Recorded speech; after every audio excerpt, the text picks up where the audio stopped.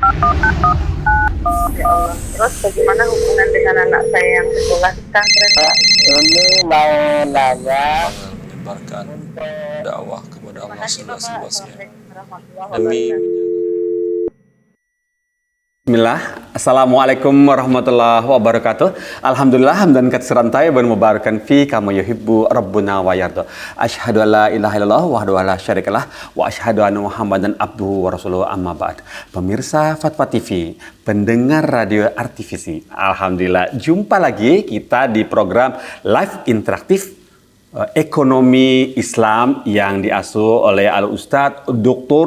Erwandi Tarmizi Hafizahullah Ta'ala. Dan Alhamdulillah program ini hampir mencapai 40 episode lebih. Masya Allah, sudah cukup lama dari mulai yang Ustadz masih sendiri, kita lewat telepon aja, sampai sekarang dengan fasilitas Fatwa TV yang Allah berikan. Alhamdulillah seperti ini.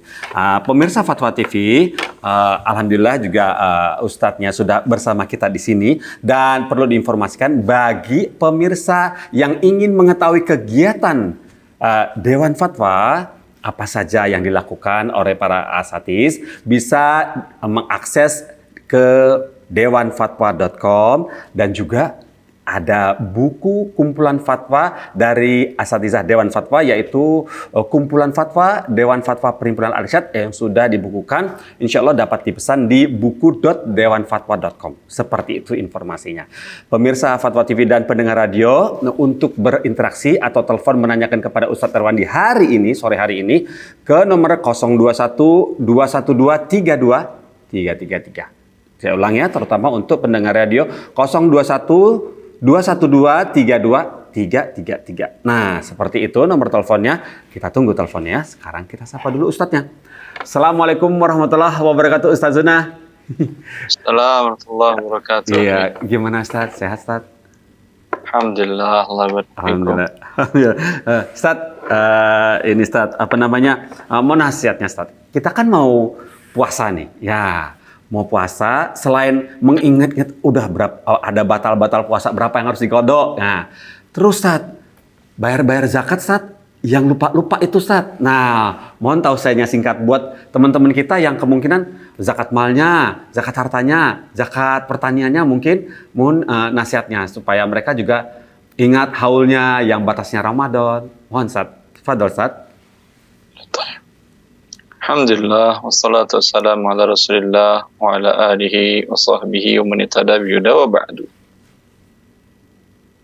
Mengenai zakat, karena dia berhubungan dengan hak manusia, maka tidak ada istilah pemutihan.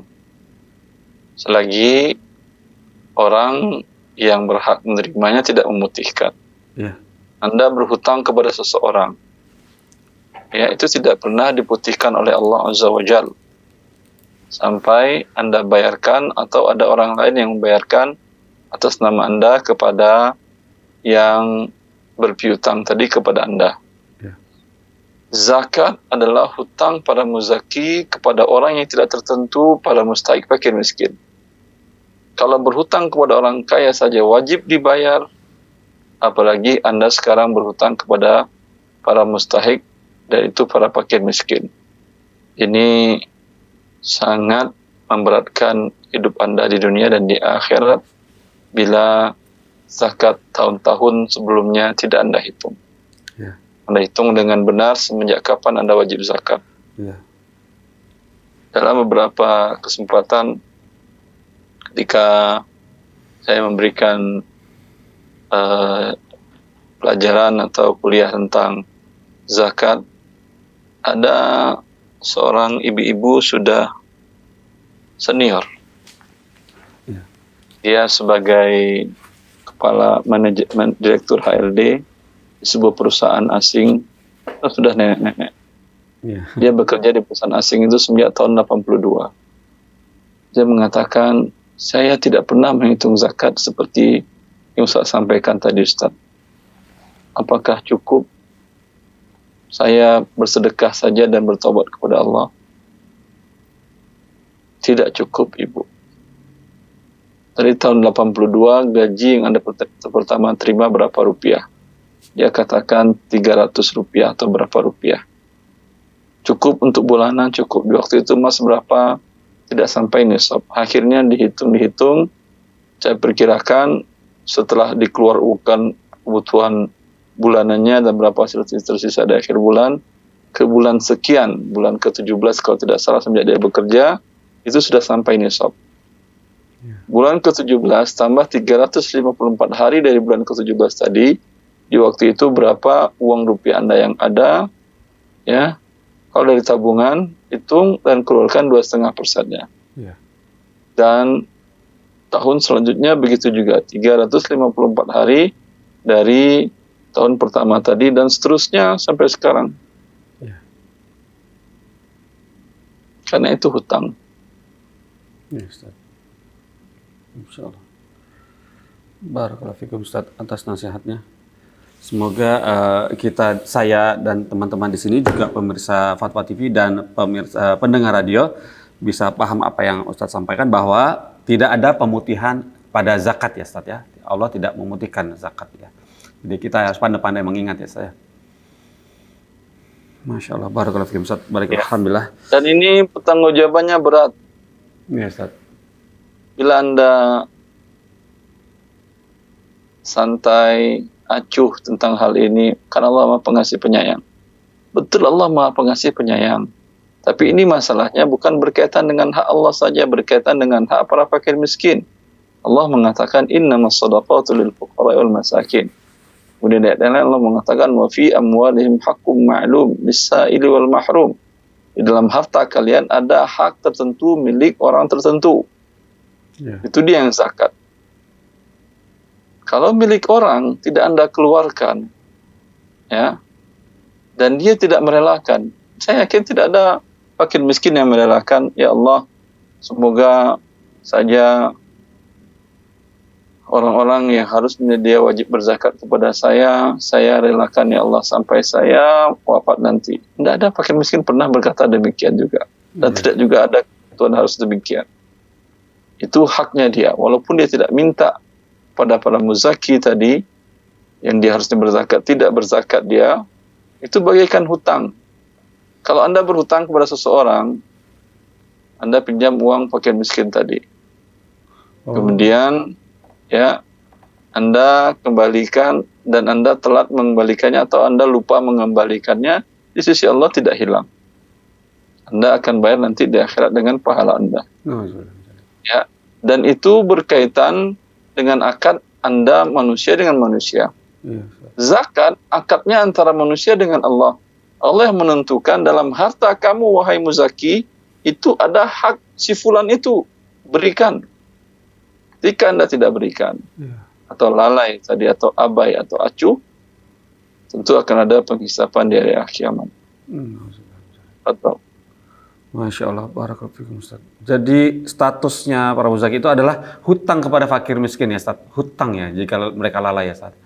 Hutang ya. Kan Allah yang menetapkan ada hak orang lain di harta Anda. Kalau saya katakan, Anda Pak Pongki, di gaji Anda itu ada hak istri Anda.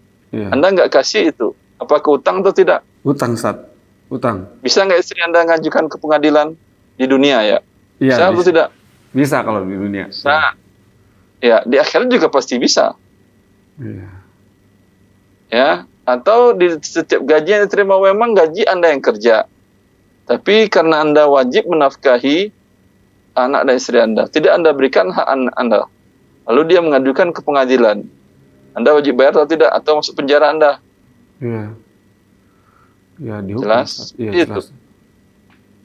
Padahal yang menetapkan itu adalah ketentuan undang-undang Indonesia bahwa anak istri merupakan tanggung jawab si suami. Ya. Baik Ustaz. Hutang jadinya harus dibayar. Masya Allah. Kalau fikum Ustaz, atas peringatan kepada kita semua di sini, semoga kita semua pemirsa dan pendengar radio dapat mengambil ibrah dari apa yang nasihat yang sudah disampaikan oleh Ustadz Erwandi. Baiklah Ustadz, kita mulai ya Ustadz ya. Bismillah. Dari pertanyaan yang pertama, ini pertanyaan pertama Ustadz dari Iwan Krismanto. Iwan Krismanto di Kabupaten Karanganyar, Jawa Tengah. Assalamualaikum warahmatullahi wabarakatuh, Ustadz Erwandi. Saya mau tanya, apakah madu yang dihasilkan dari lebah yang diberi makan gula bukan makanan secara alami dari nektar bunga, itu boleh disebut dengan hasil jualnya madu asli atau murni? Apakah madu yang dihasilkan oleh lebah yang diberi makan gula tetapi bukan makan secara alami dari nektar bunga boleh disebut produk madu asli atau murni? Syukron, jazakumullah khairan. Allah barik fiik. Untuk menentukan asli atau tidak aslinya, Anda jujur kepada pembeli. Wahai para pembeli, ini madu dari badan lebah keluarnya. Tapi lebah ini kami kasih makanan gula. Ya. Kalau kalian redo membelinya harganya sekian. Seberapa harganya sekian? Silahkan, kami tidak berdosa kami menyampaikan apa adanya. Silahkan. Tapi kalau tidak Anda sampaikan, itu tentu berbeda antara madu yang seperti itu dengan madu yang Sari bunga. Tidak direkayasa. Iya. Jangankan itu, untuk ikan saja. Iya. Di daerah saya di Pekanbaru Iya, banyak rawa. Itu antara ikan patin yang dari rawa yang asli dengan ikan patin ternak harganya jauh berbeda. Oh, lebih mahal, lebih murah, Ustaz? Yang ternak jauh lebih murah. Oh, Bisa jadi yang ternak harganya 60.000, ya. yang liar, yang bukan asli, yang liar, yang dari rawa, itu bisa harganya 120.000. Bisa 100% bedanya. Waduh, Masya Allah, jauh Ya. juga ya. Kalau dia diam saja, ya begitu juga lele, antara lele ternak dengan lele yang dari rawa atau dari hutan, itu jauh beda harganya. Ya. Bisa 200% seperti tadi juga. Kalau dia diam saja, dan dia jual dengan harga lele hutan, tentu dia berbohong. Ya. Karena kalau dia sampaikan, berapa harga lele ini? Harganya 120.000 per kilo. Dari hutan mana, Pak? Saya ternak dari kolam saya sendiri. Oh, nggak ada segini harganya, Pak. Kalau Anda nggak mau, silakan, nggak apa-apa. Tapi saya 120.000 per kilo, karena orang yang sana juga 120.000. Dia dari hutan itu, Pak. Terserah dia, terserah saya juga. Penting saya tidak berbohong. Itu boleh. Oh, iya. Intinya transparan ya, Ustaz ya? Ya, Masya kan Allah. Rasulullah mengatakan, fa in sadaqa wa bayyana burika lahuma fi bai'ihima. Jika keduanya jujur dan menjelaskan. Kalau jujur itu ditanya, dia jawab sesuai dengan aslinya. Ditanya, Pak, ini lelenya ternak atau yang liar? Ternak, Ibu. Nah, itu berarti dia menjawab dengan jujur. Iya. Sodako. Bayana dia menjelaskan. Si ibu itu pilih-pilih, berapa harga lele, Pak? Sekian. Dia nggak nanya ini lele liar atau lele ternak. Bu, itu lelenya ternak ya, Bu ya? Oh, iya. Ini namanya bayana. Ya. Dan ini kalau orang bertanya, jawab dengan jujur. Bila tidak bertanya, bila hal itu bila didiamkan dan mempengaruhi harga berbeda, wajib Anda sampaikan. Iya. Ya, sama juga Anda menjual kendaraan roda 4 atau roda 2. Pernah tabrak, walaupun bukan kesalahan Anda, tabrak dari belakang. Iya. Kemudian sudah Anda perbaiki sama seperti tidak kelihatan bahwa itu pernah ditabrak. Mulus ya, Ustaz. Mulus. Tapi wajib Anda sampaikan, karena walaupun kondisinya sama seperti awal, harganya tentu berbeda. Iya. Udah Ya, cacat. maka ini cacat yang menyebabkan harga berbeda, Anda sampaikan. Jangan Anda katakan, oh kan sama aja, bentuknya sama aja kok, seperti nggak pernah kena tabrak kapal sekali juga, dibawa juga enak segala macam. Itu kan menurut Anda. Tapi kalau Anda sampaikan kepada pembeli, ya dia tentu akan mempertimbangkan harganya. Masya Allah. Baik, seperti itu ya. Masya Allah. Barakallahu fikum Ustaz atas ilmunya yang sudah di-sharing kepada kita semua di sini. Pertanyaan berikutnya Ustaz dari Rohmat di Kabupaten Purworejo, Jawa Tengah. Kabupaten Purworejo, Jawa Tengah. Rohmat. Assalamualaikum warahmatullahi wabarakatuh Ustadz Erwandi. Wabarakatuh. Saya seorang petani padi. Alhamdulillah saya sudah panen kurang lebih 2,5 ton. Harga gabah 3.500 per kilogram. Jadi kurang lebih saya mendapatkan uang 8.750.000. Dipotong buruh panen 1.750.000. Kemudian biaya tanam plus pengolahan 2.500.000. Jadi penghasilan selama 4 bulan usaha sebesar 4.500.000 rupiah. Penghasilan 4 bulan 4.500.000. Pertanyaan saya, berapa jumlah zakat yang harus saya keluarkan? Sedangkan saya punya istri dan 2 anak dan saya juga masih numpang orang tua dan belum ada penghasilan lain. Barakallahu fikum. Baik. Berapa kilo hasilnya tadi berasnya?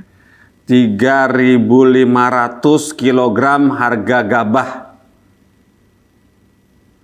Hasilnya 2,5 ton. Kurang lebih 2,5 ton. Berasnya berapa itu? Wah, di sini cuma bilang hasil panen padi, saat panennya 2,5 ton. Bisa sampai 1 ton perkiraan terlebih. Anggap 1 ton lah ya. Ya, misalnya. 1 ton beras yang haknya dia dari 1 ton berapa? Yang sudah dikeluarkannya untuk pekerja, kalau beras dia berikan. Berarti berapa kilo dia berikan untuk pekerja? Di sini dipotong buruh per panen 1.750.000, Ustaz. Beras biasanya hasil untuk pengelola berapa? Pekerja biasanya 1/3 kas, 1/4 kas, 1/5. Kurang paham Ana, Ustaz. Mungkin Anggap 1/3 ya. ya, taruh deh. 1/3 dari 1,5 ton, dari 1 ton berarti 300 kilo 300 kilo. dia bayarkan. Ya. Berarti tinggal 700 kilo berasnya. 700 kilo masih sampai nisab. Masih sampai. 700 kilo sampai lah. Oh iya. Dia 700 5 kilo. wasak. 5 wasak itu 1 wasak 30 sok.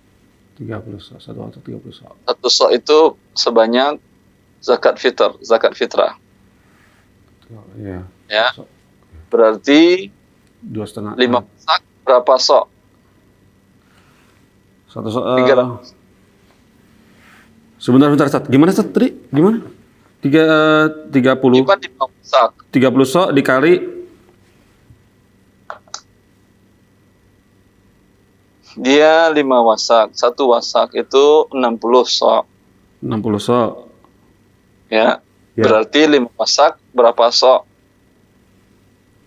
60 kali 5, 300. 300 sok. Ya. 1 sok tadi seukuran zakat fitrah. Zakat fitrah berapa umpamanya? 2,5 kilo. 2,5 kilo atau 3,5 liter beras. Dikali 300. 300 dikali 2,5 ya, 2,5. 750. 750 kan sampai nisab. Oh iya. Iya dong. Jadi gimana? Berarti tadi untungnya Kan tidak ada, bukan untung, ini apa? kecuali ada hutang. Iya. Kalau ada hutang, kalau biaya-biaya yang sudah dikeluarkan tadi, umpamanya pestisida, bibit, pupuk, itu dia berhutang ke toko, itu iya dia bayarkan dahulu. Ya. Bila kurang dari 700 kilo tadi, tidak ada kewajiban zakat. Iya, 750 kilo, Ustaz. 750 kilo. Ya, tidak ada kewajiban zakat. Iya. Bila sudah dibayarkannya dan masih dia, dan hak-hak yang lain sudah diberikannya. Ya, udah Hak bersih. pekerja sudah diberikan, sudah bersih, masih di atas 750 kilo, maka dia zakatkanlah 10%-nya. 10% dari 750 kilo. Dikonversi ke uang, Ustaz. beras yang dikasihkan, bukan uang. Iya ya. Jadi ya 10%-nya ya. Jadi 75 kilo. Ya, 75 kilo. Baik Ustaz, seperti itu zakatnya ya. Untuk sekali panen ya Ustaz? Alhamdulillah. Kali Untuk sekali panen. Ya Bapak Rahmat. Nah, seperti itulah perhitungan dari Ustadz Erwandi yang insya Allah sesuai syar'i, seperti itu yang semoga bisa disaksikan ya. Nanti ya akan kita replay jawaban ini ke Japri link WhatsApp dari Pak Rahmat. Insya Allah seperti itu setelah kami proses. 750, di atas dari 750 kilo maka Bapak Rahmat harus mengeluarkan zakatnya sebesar 10%, betul Ustadz, berupa beras. Betul. Alhamdulillah. Barakallahu fikum Ustaz atas ilmunya, Masya Allah. Lumayan ya. Alhamdulillah. Pertanyaan berikut Ustaz dari Fulana di Palembang, Sumatera Selatan. Bismillah, Assalamualaikum warahmatullahi wabarakatuh. Ustaz Erwandi, saya adalah mahasiswa semester akhir yang sudah menyelesaikan skripsi. Kuliah saya hasil dari bayar atau nyogok orang dalam. Tapi saya sudah bertaubat dan sangat menyesal. Bagaimana hukum ijazah saya, Ustadz? Bolehkah digunakan untuk keperluan lanjut S2 atau melamar kerjaan? Apakah itu diperbolehkan? Jazakumullah khairan atas nasihatnya. Boleh insyaAllah ta'ala. Karena hasil nilai Anda kan tidak ada hubungan dengan sogok masuk tadi. Masya Allah. Ya, Alhamdulillah. Boleh ya, Alhamdulillah. Ya Ibu, Fulama di Sumatera Selatan ya, di Palembang, semoga menyaksikan acara ini ya, insya Allah kami kirimkan jawabannya insya Allah. Berikutnya Ustadz, dari Wina Ningsih di Jawa Barat, Bekasi, Indonesia.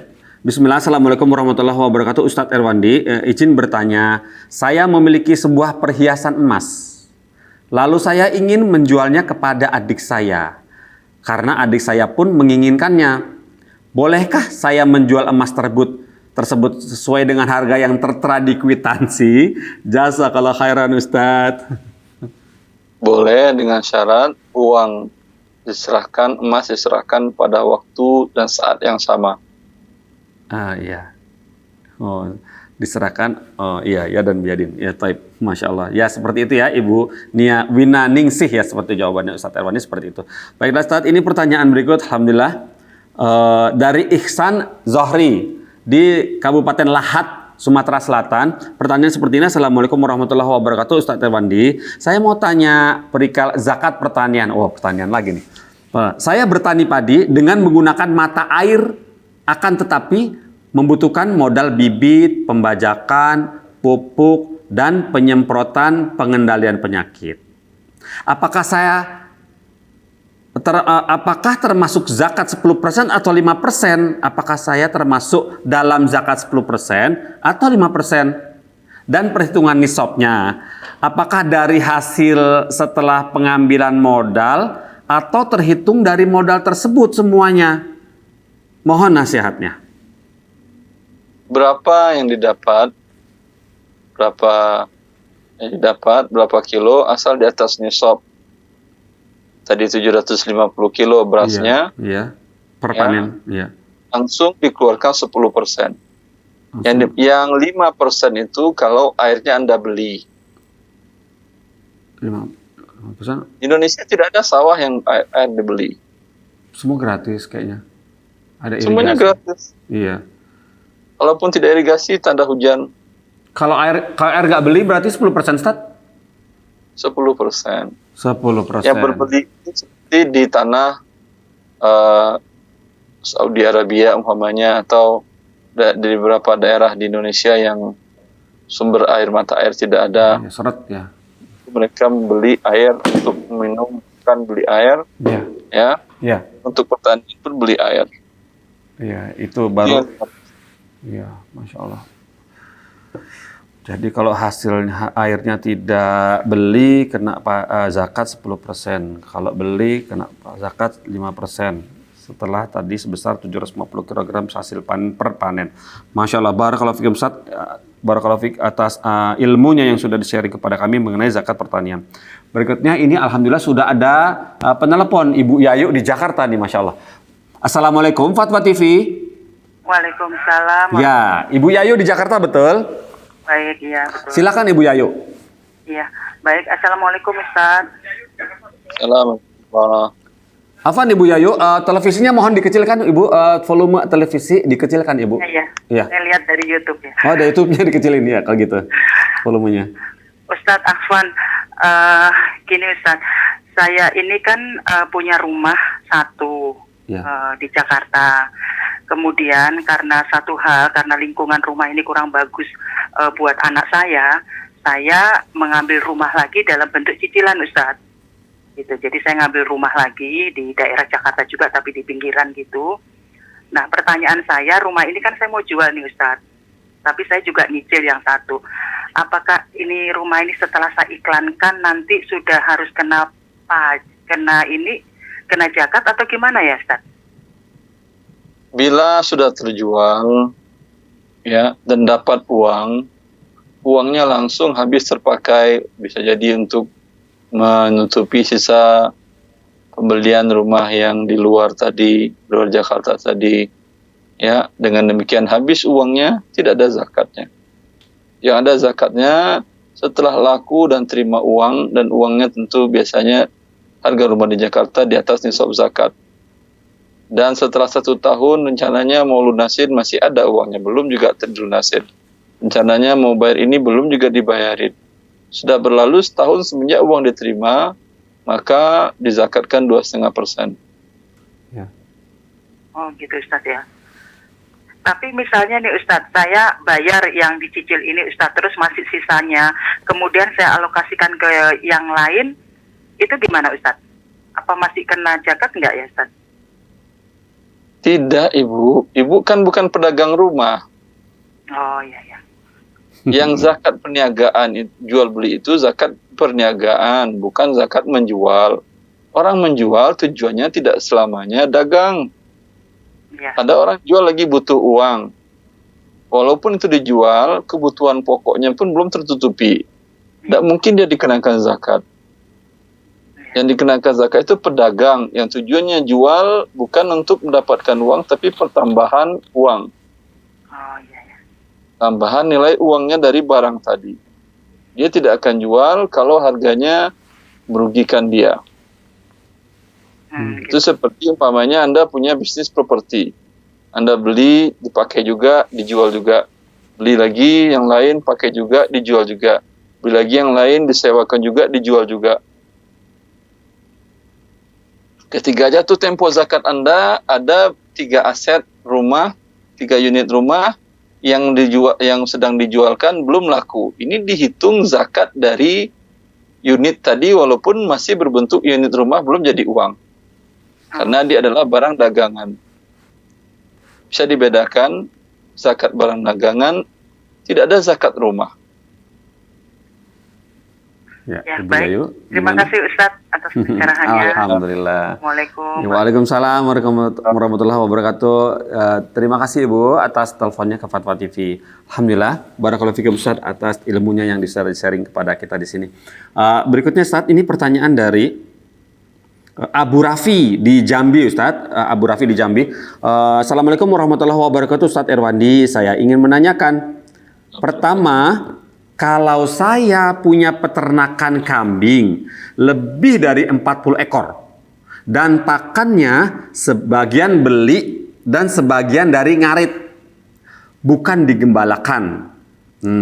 Lantas bagaimana zakatnya Ustadz? Mohon nasihat ilmunya. Tidak ada zakatnya. Oh gitu. Oh, gitu. Kambingnya berapa? 40 lebih katanya. 40 lebih. Iya. Tapi yang dikenakan zakat itu kata Rasulullah SAW, fil ghanami sa'imah sedekah. Ya, hewan yang digembalakan di padang rumput itu yang terkena zakat. Oh gitu. Ya, kalau hewan dikandangin, dicariin rumput, itu tidak ada zakatnya. Oh. Karena ghairu sa'imah. ghairu saimah, tidak dilepas. Tidak dilepas ya. Ya, mungkin tidak terlalu biasa di negara kita. Kalau Anda lihat di negara, kalau Anda umroh, Iya. biasanya antara Mekah, Madinah atau Jeddah, lihat biasanya ada gerombolan-gerombolan kambing atau unta, itu dijaga oleh seorang penggembala. Iya. Itu yang dimaksud dengan visa imatil ghanami. Itu yang dimaksud dengan hewan yang digembala. Iya. Ya, tidak ada biaya. Kalau yang di kandang, baiklah. Kalau boleh tahu Ustaz, yang digembalakan gitu perhitungan zakatnya seperti apa ya Ustaz? Itu dia yang ditentukan oleh Rasulullah SAW, ditulis oleh Abu Bakar dalam suratnya kepada Muaz. Setiap 40 ekor, keluarkan 1 ekor. Oh. Per apa Ustaz? Per 40 ekor, 1 ekor dalam 1 tahun. 1 tahun. Ya. Ya. Masya Allah. Barakallahu fikum, Tapi Ustaz. tergantung. Tadi tidak ada zakat kambing. Tapi kalau tujuan Anda kambing tadi untuk dijual, yang di kandang tadi untuk dijual tujuannya, ketika ada yang beli untuk akikah Anda jual, ada yang beli untuk Idul Kurban Anda jual, Iya. semuanya, ya. Ya. Ini dia terkena zakat perniagaan, bukan zakat kambing. Zakat perniagaan bukan. Zakat perniagaan nisabnya lebih kecil daripada zakat kambing. Zakat kambing 40 ekor. Iya. Perniagaan 85 gram emas. Oh. Tergantung harga kambing dengan rupiah atau dengan emas tadi. Ya. Masya Allah, tergantung harga kambing. Emas atau ya. Masya Allah, barakallahu fikum Ustaz atas ilmunya mengenai ini yang masih hangat ini mengenai zakat. Barakallahu fikum. Ini sudah ada penelpon, coba kita angkat ya Ustaz. Namanya Naufal Bangkalan. Assalamualaikum Fatwa TV. Waalaikumsalam warahmatullahi wabarakatuh. Ya, Bapak Naufal, silakan. Assalamualaikum Ustaz. Anda mau Sana. tanya apa hukum beli barang grade ori Ustaz? Bukan KW tadi grade ori. Apa? Get ori apa? Bisa lebih jelas, Mas? Lebih lambat sedikit, Mas Naufal. Ya, bagaimana hukum membeli barang grade ori? Grade ori, Itu barang grade ori. Yang grade premium. premium, asli Pak. Itu asli Pak Naufal.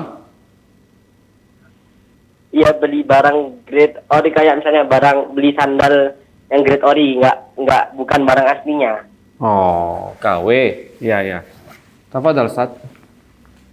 Wallahu alam. Kalau ori biasanya original, yang asli.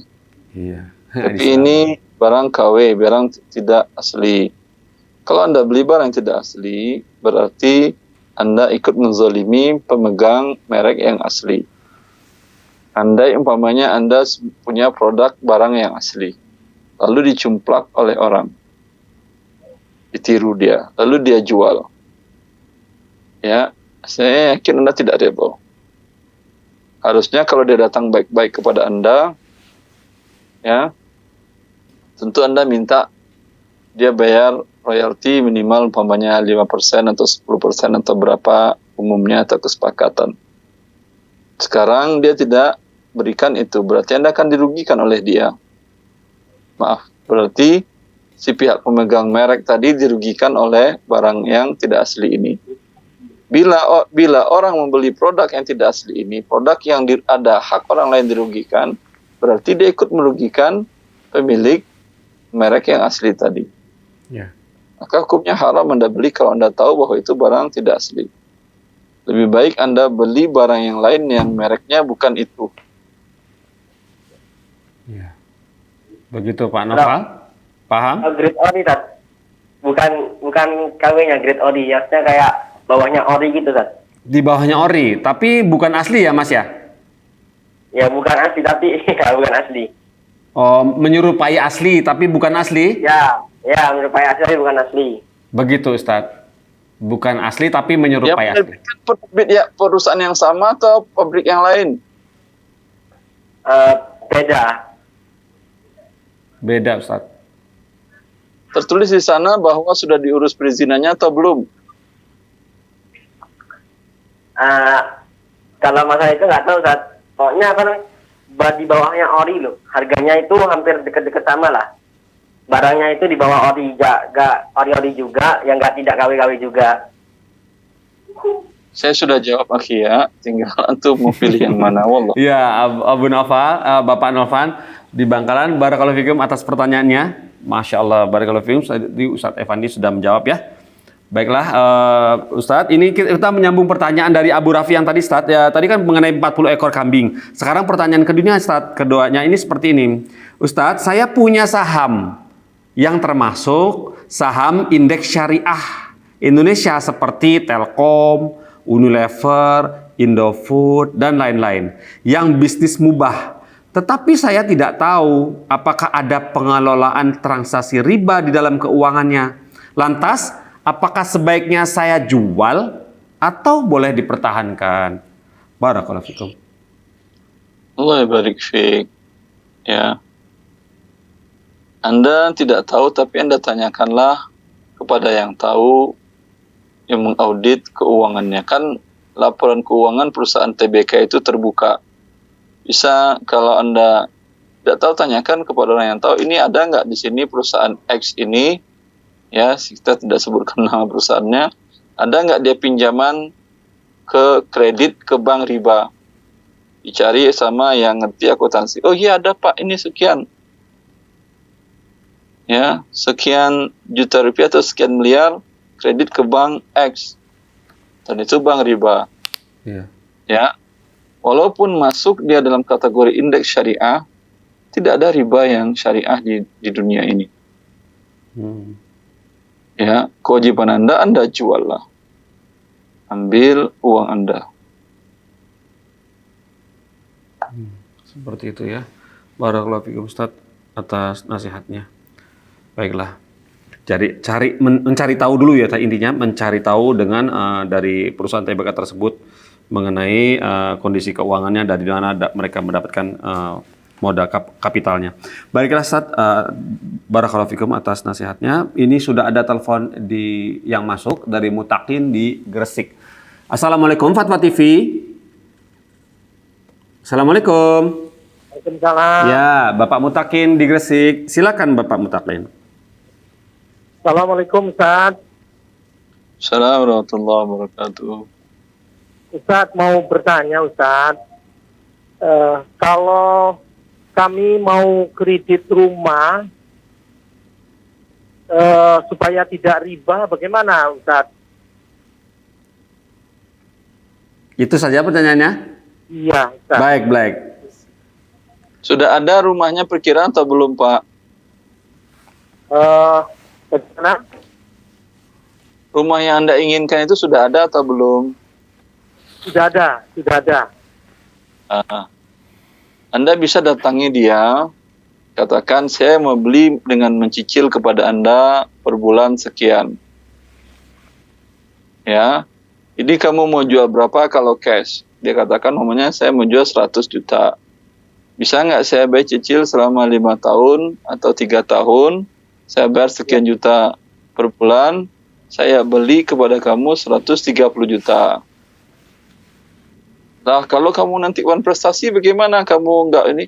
Ya udah, kita buat perjanjian di atas materai bahwasanya bila wan prestasi tidak bisa melanjutkan pembayaran kalau satu dan lain hal. Ya, selama 3 kali berturut-turut. Maka jualkan objek ini ke pihak lain dengan cara tunai. Ambil sisa piutang Anda. Anda kan tadi jual 130. Anggap saya bayar baru umpamanya 70. Berarti sisanya berapa? 60 kan ya? Ya. Mungkin di waktu itu harganya naik jadi 200. Hak Anda cuma 60, tidak lebih dari itu. Dan sebaliknya, bila tadi harga 130, sudah bayar 70, dan ternyata kondisi keuangan tidak bagus atau kondisi rumah kemudian di daerah situ menurun dan seterusnya, harganya turun menjadi 100 cash. Ya, dia tetap mengambil 40 dikembalikan kepada Anda. Tuangkan itu dalam perjanjian, dengan demikian insya Allah halal. Dan rumah semenjak akad sudah menjadi milik pembeli. Bagaimana Bapak Mutakin? Jadi Ustaz, jadi awal perjanjian katakanlah tadi uang muka 70 Ustaz. Terus apakah bisa rumah itu langsung kita tempati artinya Ustaz? Bisa, ya memang jadi milik Anda. Keuntungan dan kerugian di tangan Anda dengan akad beli. Anda sudah beli walaupun belum Anda bayar, keuntungan dan risiko sudah di tangan Anda. Anda menjadi hak Anda untuk menempatinya. Ya, kalau disewakan uangnya untuk Anda kan sudah Anda beli. Dan sebaliknya, setelah Anda beli tadi belum Anda bayar, qadarullah rumahnya terkena banjir. Ya, itu rumah Anda. Anda tidak bisa mengatakan saya nggak jadi. Anda wajib membayar sisa hutangnya. Oh, baik Ustaz. Iya Ustaz. Alhamdulillah. Baik, terima kasih Ustaz. Ya, sama-sama Bapak Mutakin. Terima kasih sudah telepon ke Fatwa TV. Alhamdulillah. Berikutnya Ustadz, pertanyaan dari Bobby Ustadz, dari Bobby di Banten di Tangerang. Assalamualaikum warahmatullahi wabarakatuh. Ustadz Erwandi, saya mau bertanya. Orang tua saya punya usaha ternak ayam dengan sistem kemitraan dalam kurung sebagai plasma. Kemudian memperbesar kapasitasnya 2 kali lebih besar dari sebelumnya. Namun dengan cara pinjam ke bank konvensional. Masalahnya kredit sudah diperoleh sekitar 300 juta. Namun ketika usaha mau dimulai, orang tua tidak sanggup melakukan karena faktor umur. Saya sebagai anak harus mengambil alih usahanya.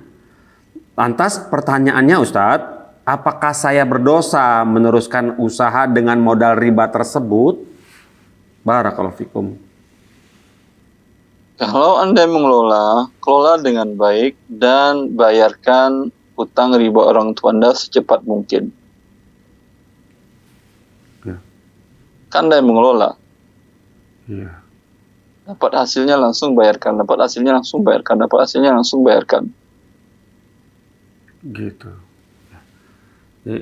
Letak dosanya di mana Ustadz? Di siapa? Itu orang tuanya. Dia kan ingin menutupi dosa orang tuanya. Oh iya, Masya Allah.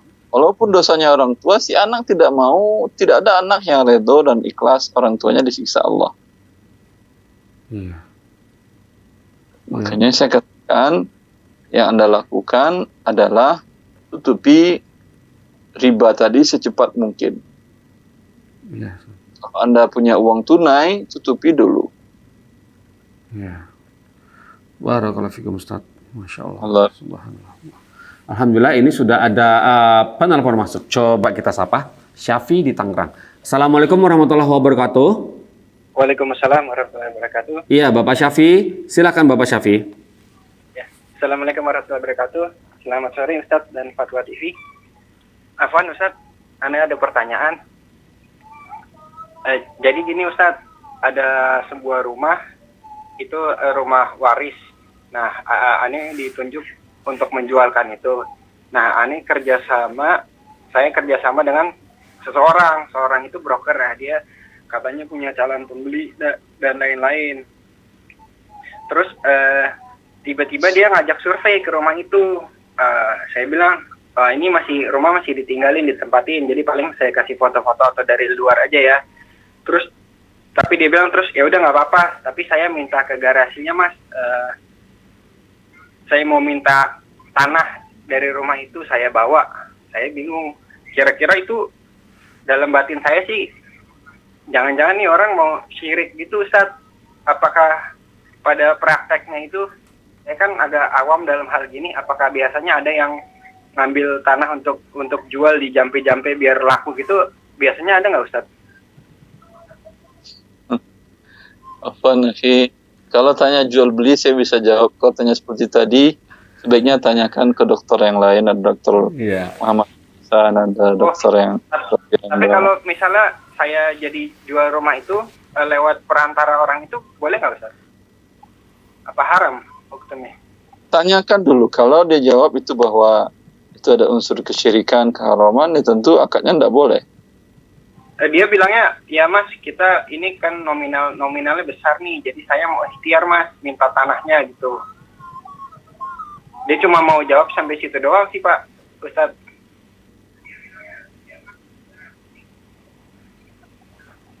Wallahu a'lam. Kalau Anda tidak tahu, saya pun tidak tahu, jual aja lah, tidak masalah. Oh iya. Syaratkan kepada dia, saya tidak mau. Anda disclaimer bahwa ini bukan dengan cara datang ke dukun untuk melariskan. Buat tanda tangan di atas materai. Bila ternyata nanti itu Anda lakukan, apa boleh buat, hak Anda sebagai maklar saya hilangkan. Dan saya batalkan hak penjualan dengan pihak pembeli. Oh, baik Ustadz. Oh ya, sama terakhir Ustadz, misalnya rumah tadi itu kan warisan. Taruhlah yang punya rumah, yang bapaknya itu meninggal, tapi masih ada istrinya. Nah, ketika rumah itu mau dijual, ada anaknya menuntut untuk menjual itu, tapi ibunya belum mau. Nah, kalau dalam Islam itu pembagian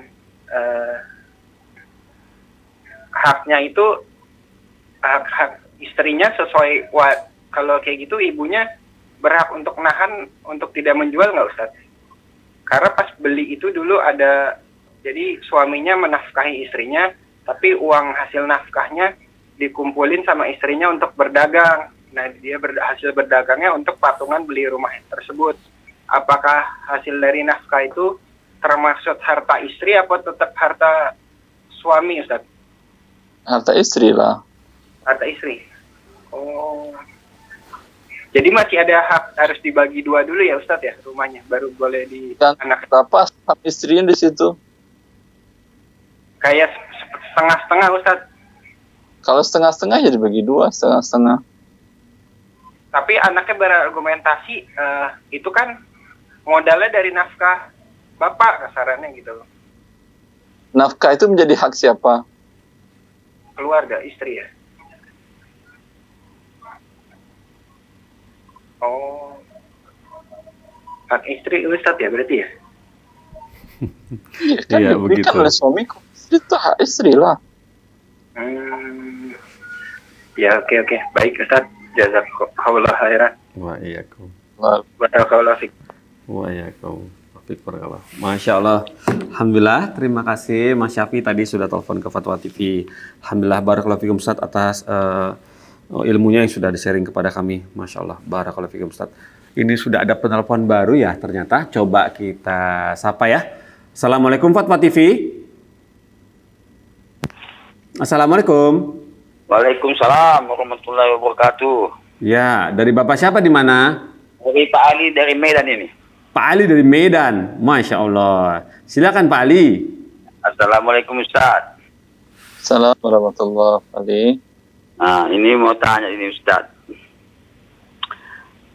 Kalau kita taruh uang di bank syariah, misalnya 100 juta, tapi setiap bulan dia kasih katanya bagi hasil berubah-berubah Ustaz. Nah, misalnya bulan ini kasihnya 10.000 misalnya, bulan depan kasihnya 5.000. Apakah itu diperbolehkan atau bagaimana Ustaz? Dan seterusnya, kita taruh uang di sana, begitu kita taruh uang di sana, dia langsung ngasih 25 juta, kita tabung, dia langsung ngasih 1 biji kopor. Apakah itu diperbolehkan atau bagaimana Ustaz? Satu biji apa? Hah? Satu biji apa dia ngasih? 1 biji kopor. Apa itu? Apa? Tas pakaian. Koper. Ya. Jadi kita begitu kita kasih uang dia 25 juta, kamu dapat ini sebagai menabung. Oh, baju koko. Tas katanya. Apakah itu halal atau bagaimana Ustaz? Itu tidak halal, hadiah lagi dan transaksinya jadi tidak halal. Tidak halal kopernya. Oh, tidak halal ya? Sama ini Ustaz, ada kita kan travel umroh. Jadi dia taruh uang sama kita.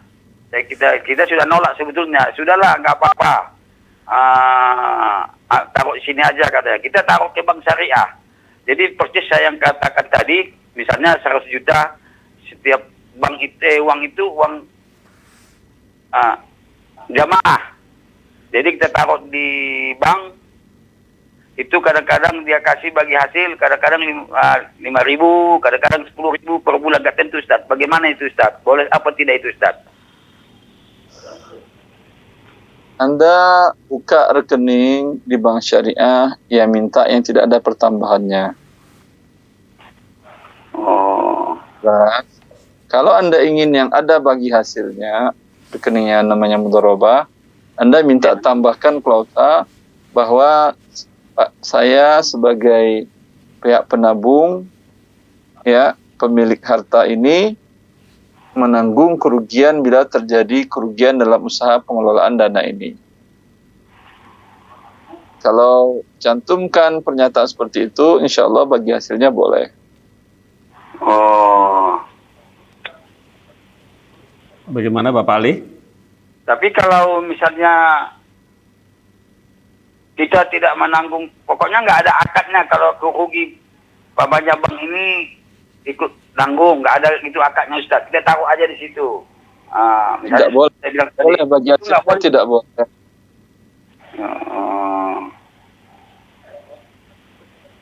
Jadi bagaimana Ustaz? Bisa diulang yang tadi agak terputus Ustaz? Afan?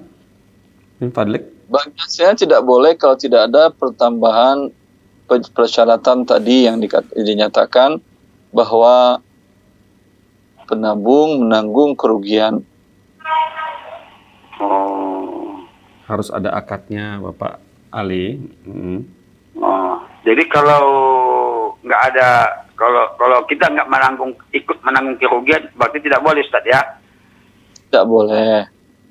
Yang lebih aman, pertambahan cuma 5.000, 10.000, Anda kemudian terkena dosa riba. Lebih baik Anda katakan, saya maunya rekening tabungan yang tidak ada pertambahan, nol pertambahannya. Saya inginnya hanya dana ini tidak hilang, hanya aman. Dan kapan saya butuhkan bisa saya ambil. Lebih baik. Kalau misalnya Ustaz, dia kan kalau kita nabung di bank itu kan ada administrasinya setiap bulan itu Ustaz. Dia pakai administrasi misalnya 4.000 setiap bulan. Ya bayarlah 4.000. Uang Anda 100 juta, dia kenakan 4.000 itu mah murah. Kalau Anda bayar satpam untuk menjaga uang Anda 100 juta, berapa sebulannya itu? Ya, oke Ustaz. Ya Bapak Ali, barakallahu fiikum. Terima kasih atas teleponnya. Jazakumullah khairan. Masya Allah.